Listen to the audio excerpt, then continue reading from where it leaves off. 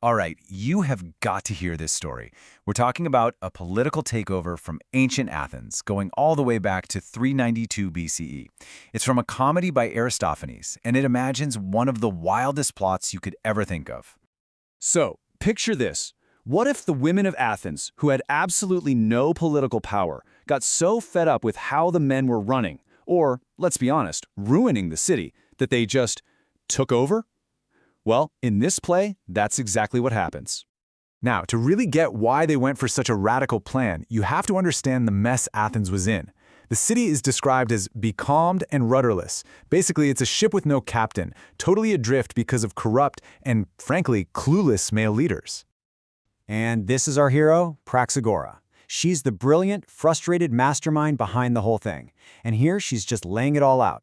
She's saying, look, our so-called democracy keeps putting the worst possible people in charge, and I've had it.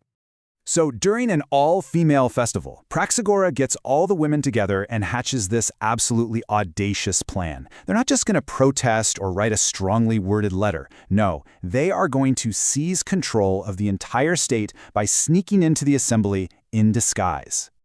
And their to-do list for this coup is just hilarious.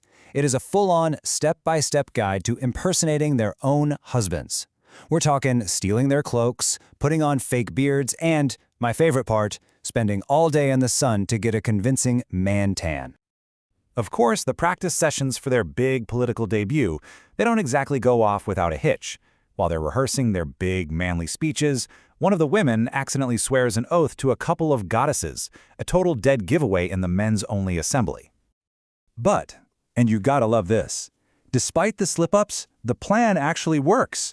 They manage to pack the assembly before sunrise, and because they're all there, they have the votes. They pass a motion to hand over complete and total control of Athens to the women.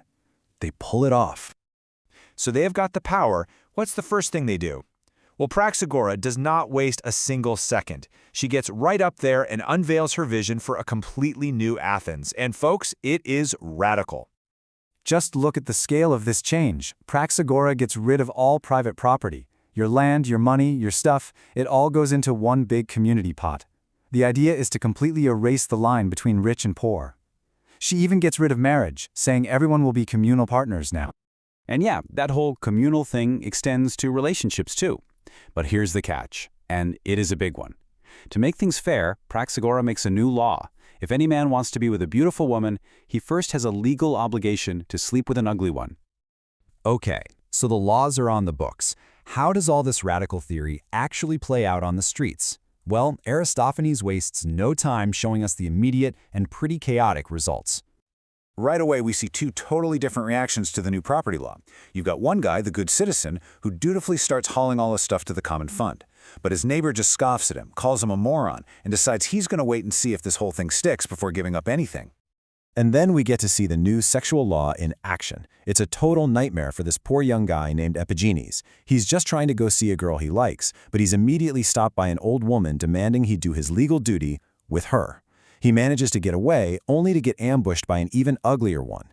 It ends with two more hags literally dragging him off. And his last words as he's being dragged away just perfectly sum up the comical horror of it all. What was supposed to be a law about fairness has instantly become a personal nightmare for this guy. But here's the twist. You'd think the city would be in total chaos, right? Nope. The play ends by describing the new Athens as being in a state of festive blessedness. It seems like for the city as a whole, things are actually going pretty well. And how are they celebrating this new society? With a massive citywide feast where absolutely everyone is invited. And this isn't just some basic stew. I mean, look at this menu.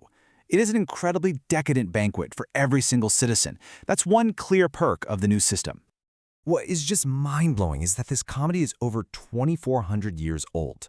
And yet, its satire on politics, gender roles, radical economics, and just plain old human nature, it still feels so sharp and surprisingly relevant today. And that's really the genius of it. Aristophanes never gives you an easy answer. So what is this all supposed to be? Is it a feminist utopia? A warning against radical social experiments? Or is the whole thing just one big elaborate setup for a fantastic joke? He just ends it all with a giant party and leaves it up to us to decide.